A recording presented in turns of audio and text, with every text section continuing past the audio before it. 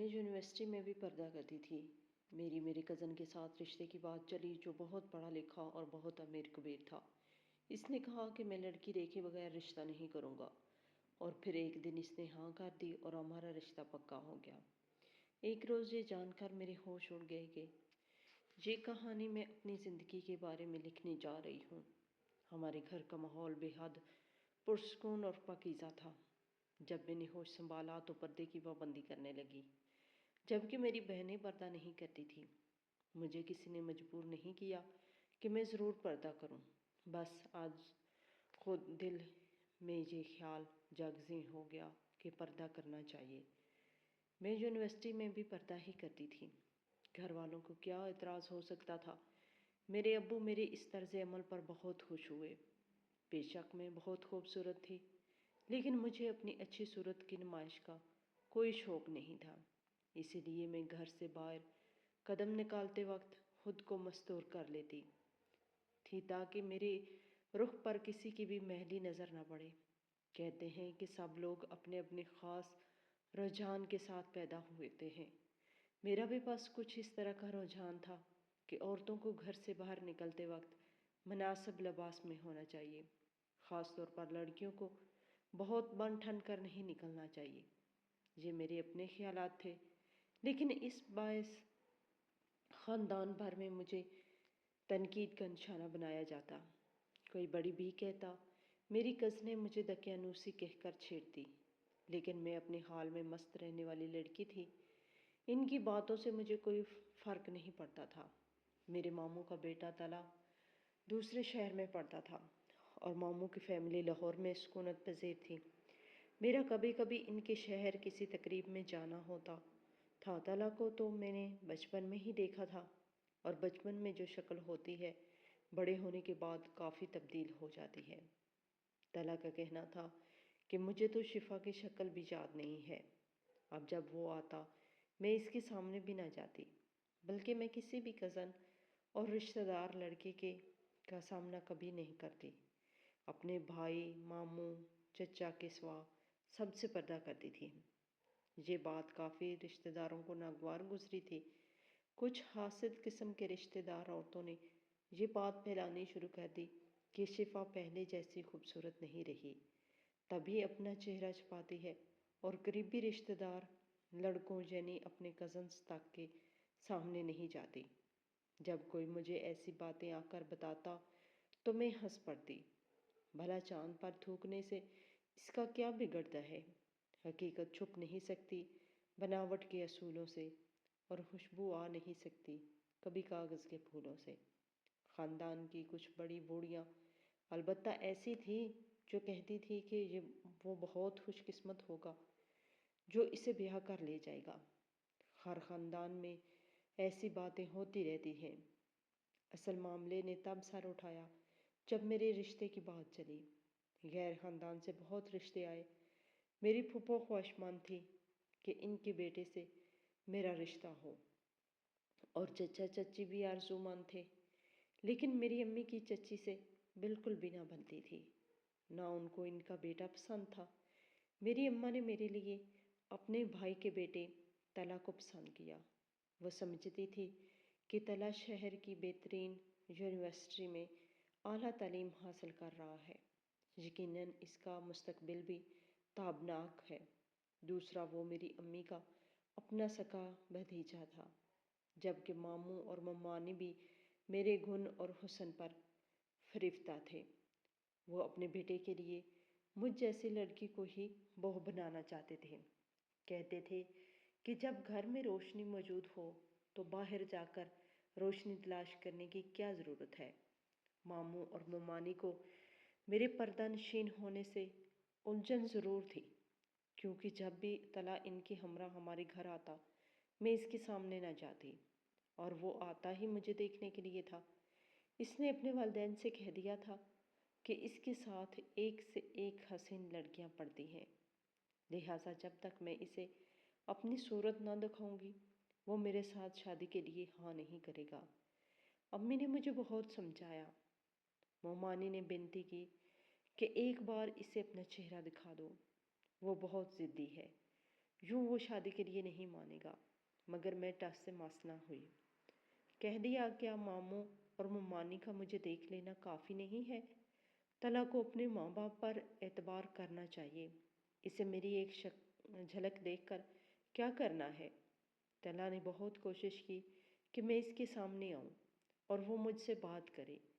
اس کا خیال تھا کہ شادی ایک دن کا کھیل نہیں، زندگی بھر کا سودا ہے، اور اس ترقی یافتہ دور میں دو انسانوں کو شادی کے بندھن میں باندھنے سے پہلے ایک دوسرے کو مل کر خوب اچھی طرح سمجھ لینا چاہیے، تبھی شادی کا بندھن بندھانا چاہیے۔ میں نے اس کی ان تعویلوں کا کوئی جواب نہ دیا۔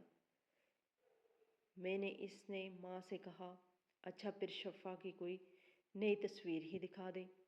تصویر بھی میں بنوانے کی قائل نہ تھی کہ اس سے تو میرا بھی پردہ جاتا رہتا۔ اگر میں نے تصویر ہی دکھانی ہوتی تو خود اس کے سامنے کیوں نہ چلی جاتی؟ میں یونیورسٹی میں بھی اگر کبھی اپنی فرینڈز کے ساتھ تصویر لیتی تو نقاب میں ہی لیتی تھی، اور میری نقاب والی تصویروں کو تو طلحہ کو چاہیے ہی نہیں تھی، لہٰذا طلحہ میری تصویر بھی نہ دیکھ سکا، اور اس نے والدین سے کہہ دیا کہ وہ بن دیکھے ہرگز شادی نہیں کرے گا۔ میں اپنی زندگی کا اتنا بڑا فیصلہ یوں ہی نہیں کر سکتا۔ میں جس لڑکی سے بھی شادی کروں گا، پہلے اسے اچھے سے جاننا دیکھنا چاہتا ہوں۔ گویا کہ اس نے مجھ سے ملے بغیر شادی سے انکار کر دیا تھا۔ والدہ کو اس بات کا بے حد دکھ ہوا کہ وہ شدید بیمار پڑ گئی۔ ایک تو اپنے بھائی سے رشتہ نہ جڑ سکا، پھر طلحہ بھی بلا کا ذہین فتین طالب علم تھا، وہ گولڈ میڈلسٹ تھا، اس کی مستقبل تابناک تھا، ماموں کا بزنس ایک کلاس، اور وہ کافی جائیداد کے مالک بھی تھے، پورے خاندان میں ان کی عزت سب سے زیادہ تھی۔ سب سے اہم بات یہ کہ میری والدہ اپنے اس بھائی سے بہت محبت کرتی تھی۔ گویا طلحہ کے انکار سے ان کے نزدیک بہت خسارہ ہوا تھا۔ مجھے مگر کسی بات کا غم نہ تھا، سبھی معاملات اللہ پر چھوڑ دیے کہ وہ جو چاہے گا وہی تو ہوگا۔ اللہ ہی تقدیریں بناتا ہے، اس کی قدرت کاملہ پر یقین سے سکون ملتا ہے۔ اللہ کی کرنی کہ طلحہ کے انکار کے چند روز بعد ہم ایک رشتہ دار کی شادی میں گئے جہاں وہ بھی آیا ہوا تھا۔ باہر سب کو کھانا دیا جا رہا تھا، میں باہر ہال میں نہ بیٹھی کہ وہاں سب کے سامنے کیسے کھانا کھا سکتی تھی، اس لیے دلہن کے کمرے میں چلی آئی۔ میں دلہن کے ساتھ بیٹھی کھانا کھا رہی تھی کہ طلحہ اچانک کمرے میں آ گیا اور مجھے وہاں دیکھ لیا۔ ممانی بھی میرے ہمراہ ہی تھی کہ وہ دلہن کے کمرے سے کوئی سامان لینے آئی تھی۔ ممانی جب کمرے سے باہر نکلی تو وہ منتظر تھا۔ پوچھا، امی کیا یہ وہی شفا ہے جو دلہن کے ساتھ بیٹھی ہوئی ہے؟ ہاں وہی ہے، بلیک کپڑوں والی۔ ماں کا جواب سن کر ایک ٹھنڈی آہ اس کے منہ سے نکل گئی۔ اپنی جلد بازی پر پچھتایا کہ ایسی حسین صورت کو ٹھکرا دیا۔ ماں باپ اور پھوپھی کی بات کا کیوں یقین نہ کیا، جنہوں نے کئی بار باور کرایا تھا کہ شفا لاکھوں میں ایک ہے۔ انکار مت کرنا ورنہ پچھتاؤ گے، اور اب وہ واقعی پچھتا رہا تھا۔ طلحہ نے ماں کی منتیں شروع کر دی کہ آپ پھوپھی اور پھوپھا کو منا لیں، مجھے شادی ہر صورت میں شفا سے ہی کرنی ہے، اس کے علاوہ میں کسی اور سے شادی نہیں کروں گا۔ ہے کاش پہلے ایک جھلک دیکھ پاتا تو انکار نہ کرتا، اور نہ ہی بزرگوں کے بیچ ناراضگی ہوتی۔ ممانی نے کہا کہ نہیں، اب تم بس ہاتھ ملتے رہو، کیونکہ بڑی مشکل سے ماں باپ مان بھی کے تو اب شفا نہیں مانے گی۔ تم ایک بار اسے رد کر چکے ہو، اور تمہارے انکار پر اس نے توہین محسوس کی تھی۔ لڑکیاں بہت حساس ہوتی ہیں، ان کا نازک دل جلد ٹوٹ جاتا ہے۔ وہ جو کہتے ہیں کہ عشق کا جادو سر چڑھ کے بولتا ہے، صحیح کہتے ہیں۔ اب طلحہ کو کسی پل قرار نہ تھا، باپ کے کان کھا لیے کہ شفا سے شادی کرنی ہے اور اسی سال کرنی ہے، مگر اب اس کی بات پر کوئی بھی دھیان نہیں دینا چاہتا تھا کہ پہلے خود ہی انکار کیا۔ یہ اس کی تعلیم کا آخری سال تھا اور جلد ہی سالانہ امتحان ہونے والے تھے۔ وہ امتحان کے فوراً بعد گھر میں اپنی شادی کا اہتمام چاہتا تھا۔ ماموں ممانی ایک بار پھر رشتے کی استدعا لے کر آ گئے اور طلحہ نے امی ابو کو سے معافی بھی مانگی تو میرے والدین نے اسے گلے سے لگا لیا۔ وہ کوئی غیر تو نہ تھا، وہ اپنوں کی ایسی غلطیوں کو معاف کر دینے میں ہی بھلائی ہوتی ہے۔ قریبی رشتہ داروں کو بھی دو ایک کے سوا کوئی اعتراض نہ تھا، بلکہ سبھی خوش تھے کہ میں اپنوں میں جا رہی تھی۔ امی ابو کہتے تھے کہ اپنے پھر اپنے ہوتے ہیں، کسی بات کا ڈر خوف نہیں ہوتا۔ رشتہ پکا ہو گیا، پورے خاندان میں مٹھائیاں بانٹی گئی۔ مجھے بھی یکگونا خوشی ہوئی کہ چلو میری ماں کی دیرینہ آرزو پوری ہو گئی۔ ان کا خواب تھا کہ طلحہ ہی داماد بنے۔ ان دنوں میں MSc کر رہی تھی اور ابھی شادی میں کافی وقت تھا۔ امی نے ممانی سے کہہ دیا تھا کہ یہ تعلیم مکمل کر لے گی تو شادی کریں گے۔ مجھ سے بڑے دونوں بھائی ابھی غیر شادی شدہ تھے اور ابو پہلے ان کے سر پہ سہرا دیکھنا چاہتے تھے۔ ادھر طلحہ کو چین نہ تھا۔ ماموں کا فون آتا کہ باقی کام بعد میں ہوتے رہیں گے، پہلے شفا اور طلحہ کی شادی کر دے۔ شفا بیٹی پڑھائی شادی کے بعد مکمل کر لے گی۔ ادھر ابو اڑ گئے کہ پہلے بڑے بیٹے کی شادی ہو جائے، بہو گھر آ جائے، تب وہ بیٹی کو رخصت کریں گے۔ یہ سن کر ماموں وقتی طور پر خاموش ہو جاتے، لیکن 15 دن بمشکل گزرتے کہ ان کا پھر سے فون آ جاتا کہ اب طلحہ کی شادی ہو جانی چاہیے۔ ماموں نے معمول بنا لیا کہ وہ ہر 15 دن بعد فون کر دیتے، کہتے کہ اب شادی کی تاریخ رکھ دیں۔ جواب میں والد وہی بات کہتے جو پہلے کہا ہوتا تھا کہ کامران کی شادی ہو جانے دو، اس کے فوراً بعد شفا کی بھی کر دیں گے۔ اس پر وہ غصے سے فون رکھ دیتے۔ اس عمر میں دو مسئلے تھے۔ اول کامران بھائی کو کوئی لڑکی پسند نہ آتی تھی، اور دوسرا میری پڑھائی چل رہی تھی اور مجھے 1 سال مزید درکار تھا۔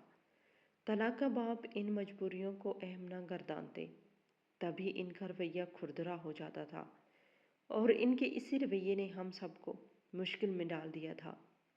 ادھر میں اپنے بزرگوں کی پریشانی دیکھ کر پریشان ہو رہی تھی، اور میری کچھ سمجھ میں نہیں آ رہا تھا کہ یہ میرے ساتھ ہی کیا ہو رہا ہے۔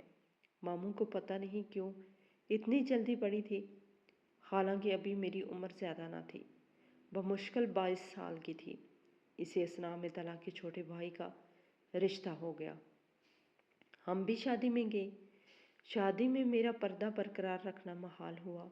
ماموں نے موقع دیکھا تو طلحہ سے کہا کہ جو بیٹا اپنی منگیتر سے خود بات کر لو اور اسے جلد شادی پہ راضی کر لو۔ وہ میرے پاس آیا اور بولا کہ تم والدین کو مناؤ کہ ہماری شادی جلدی کر دیں، پڑھائی بعد میں مکمل کرتی رہنا۔ اس کی یہ بات سن کر میرے تو ہوش ہی اڑ گئے تھے۔ شرم سے نگاہیں جھکا لی۔ اسی وقت امی میرے پاس آ کے بیٹھ گئی۔ طلحہ نے امی کے سامنے میرا ہاتھ پکڑ لیا اور بولا کہ اگر اب بھی پھپھو راضی نہ ہوئی تو میں تمہیں بھگا کے لے جاؤں گا اور کورٹ میرج کر لوں گا۔ اپنی دانست میں وہ بے تکلفی سے کام لے رہا تھا، مگر مجھے اس کا یہ بھونڈا مذاق بے حد گراں گزرا اور اس کی جلد باز طبیعت سے عجیب سا محسوس کرنے لگی۔ دکھ ہوا کہ امی اور رشتہ دار خواتین کے سامنے بھی وہ ایسی بات کہنے سے باز نہ آیا تھا۔ امی اس کا ہلکا پن برداشت کر گئی، لیکن میرے تو جیسے اوسان ہی خطا ہو گئے تھے۔ تاہم امی نے حوصلے سے کام لیا، مجھے اندر بھیج دیا اور طلحہ کو سمجھایا کہ بیٹا اس طرح نہیں کہتے، 6 ماہ امتحان میں باقی ہیں، پھر شادی کی تاریخ رکھ دیں گے، تم ذرا صبر سے تو کام لو، اور اپنے والد کو بھی سمجھاؤ کہ آئے دن میرے میاں کو فون نہ کیا کریں، ورنہ وہ چڑ جائیں گے۔ اس پر طلحہ نے کہا کہ ٹھیک ہے، شادی شفا کے امتحان کے بعد ہی ہو جائے گی، لیکن نکاح بھی کر دیں۔ یہ کیا بات ہوئی؟ جب شادی کو چند ماہ باقی ہیں تو نکاح پہلے کیوں؟ ارے بھائی، نکاح تبھی ہوگا جب شادی ہوگی، کیا بے اعتباری ہے؟ اسی وقت ماموں آ گئے اور طلحہ کی بات سن لی اور بولے ہاں آپا، میرا بیٹا بالکل ٹھیک کہتا ہے، آپ نکاح بھی کرا دیں، کیا خبر بعد میں آپ کی نیت بدل جائے۔ یہ سن کر والدہ بھونچکا کے رہ گئی کہ بھائی نے ایک ایسی غلط بات منہ سے نکالی تھی۔ مجھے امی نے بتایا تو روح ہنسی ہوگی، کہ یہ اپنے ہمارے ساتھ کیسا برتاؤ کر رہے ہیں، ایسا تو غیر بھی نہیں کرتے۔ میں نے صاف کہہ دیا، امی 6 ماہ سکون سے رہنے دیں اور مجھے ابھی نکاح کے جھنجٹ میں نہ ڈالیں۔ ماموں اصرار کرتے رہے اور میرے والدین نے بات نہیں مانی تو وہ خفا ہو کر چلے گئے۔ کچھ دن بعد پھر ان کا فون آ گیا کہ بڑے بیٹے نے ایک لڑکی کو پسند کر لیا ہے اور اب یوسف ہی کی شادی کا ارادہ ہے۔ چاہتا ہوں کہ آپ لوگ بھی ہمارے ساتھ جا کر لڑکی کو دیکھ لیں، پھر میں رشتہ پکا کر دوں۔ امی ابو ان کے بلانے پر چلے گئے۔ ماموں نے لڑکی والوں سے امی ابو کو ملایا تو میرے والدین کو یہ لوگ ٹھیک نہ لگے۔ اسی وجہ سے انہوں نے کہا کہ بہتر ہوتا اگر کوئی دوسرا اچھا رشتہ آپ تلاش کر لیں۔ اس پر ماموں نے ان لوگوں کو منع کر دیا، لیکن بعد میں وہ پچھتانے لگے کہ ان کے بیٹے کی پسند اس میں شامل تھی۔ میرے والدین نے تو صرف اپنی رائے دی تھی، رشتہ خود انہوں نے ختم کیا۔ اور پھر بعد میں ماموں لوگوں کو غصہ اس بات پہ آیا کہ ان لوگوں کو خام خواہ ہی بیچ میں ڈال دیا۔ اچھا بھلا رشتہ جاتا رہا۔ وہ غصے پر قابو نہ رکھ سکے اور امی ابو کو خوب باتیں سنائی کہ تم لوگوں کی وجہ سے ہم نے یہ رشتہ گنوایا ہے، اب میں بیٹے کو کیا منہ دکھاؤں گا، تم لوگ اس کی خوشی برباد کرنے کا موجب بنے ہو۔ اس طرح بات بڑھتے بڑھتے خاصی بڑھ گئی۔ طلا بھی جذباتی ہو گیا اور اس نے چند جملے ایسے منہ سے نکالے کہ امی ابو نے اپنی توہین محسوس کی اور طلا کو میرا رشتہ نہ دینے کا فیصلہ کر لیا۔ ماموں لوگ بھی کہنے لگے کہ ہمیں بھی نہیں لینا آپ لوگوں سے رشتہ۔ مجھے والدین نے سارا احوال بتایا تو میں بہت حیران ہوئی کہ رشتے کا معاملہ طلا کی بائی کا تھا۔ بات بیچ میں میری آ گئی اور رشتہ میرا ختم کر دیا گیا۔ چند روز بعد ماموں نے فون کیا کہ ہم سے غلطی ہو گئی ہے، خواہ غصہ کیا، حالانکہ آپ صحیح کہہ رہے تھے۔ اب طلا بھی پچھتا رہا ہے اور معافی مانگ رہا ہے، اسے معاف کر دیں، اپنی بہو تو ہم شفا کو ہی بنائیں گے۔ والدین پھر راضی ہو گئے، مگر اس بار میں ڈٹ گئی۔ میں نے کہا کہ میں ہرگز طلا سے شادی نہیں کروں گی، جس نے میرے والدین کی عزت نہیں کی، وہ آئندہ میری کیا عزت کرے گا۔ میں نے جان لیا کہ آئندہ میری ان لوگوں سے نہیں نبھے گی، کیونکہ یہ نہایت بے صبرے، کم حوصلہ اور جذباتی لوگ ہیں۔ امی مجھے ایک بار پھر منانے اور سمجھانے بیٹھی تو میں نے ہاتھ جوڑ دیے کہ ہرگز آپ کے بھائی کی حویلی کی گائے نہیں بنوں گی کہ جب چاہے کونٹے سے باندھ دیں، جب چاہے ہانک دیں۔ ایسے متلون مزاج اور تند ہو لوگ جب اپنی سی کرنے پہ آتے ہیں تو پھر کسی کا برا بھلا نہیں سوچتے، اپنی سی کر گزرتے ہیں۔ میں ایسے اپنوں کو قابل بھروسہ نہیں سمجھتی تھی۔ اس بار انکار میری طرف سے ہوا اور جب ایک بار انکار کیا تو پھر اس نہ کو میں ہاں میں نہ بدل سکی۔ امی، ماموں، ممانی سبھی سمجھاتے رہ گئے، میں نے فیصلہ نہ بدلا۔ والد نے کہا کہ اگر اپنوں میں ہی شادی کرنی لازم ہے تو میری بہن کا بیٹا کیا برا ہے۔ وہ کب سے آرزو مند تھی کہ شفا کا رشتہ مل جائے، شوکرا ان کے نام نکلا۔ پھوپھو سیدھی سادی اور مجھ سے محبت کرتی تھی۔ برسوں سے ماموں زاد کی طرف سے میرے رشتے کی بات چل رہی تھی تو وہ خاموش تھی کہ بھاوج کا خیال اور پاس تھا۔ دل میں ارمان تھا کہ شفا میری بہو بنتی۔ جب والد نے پھوپھو سے تذکرہ کیا تو ان کی تو باچھیں کھل گئیں، خوشی سے نہال ہو گئی۔ میں نے بھی اپنے والد کے فیصلے کا احترام کرتے ہوئے سر تسلیم خم کر دیا کہ میرے دھدیال والے ایسے تند ہو اور جلد باز لوگ نہیں تھے کہ جیسے امی کے رشتہ دار تھے۔ آج میں خرم کی شریک حیات بن کر بہت خوش ہوں۔ وہ بہت اعلیٰ عہدے پر نہ سہی مگر مخلص اور محبت کرنے والے شوہر ہیں، میرے والدین کی عزت کرتے ہیں اور مجھے آج تک انہوں نے کوئی دکھ نہیں دیا۔ اب میں سبھی سے کہتی ہوں کہ ظاہری چمک دھمک کچھ نہیں ہوتی، شادی اس سے کرنی چاہیے جو آپ کی عزت کرے۔ عزت کے بغیر زندگی بالکل بے کیف ہو جاتی ہے۔ مزید دلچسپ سچی کہانیوں کے لیے چینل کو سبسکرائب کریں۔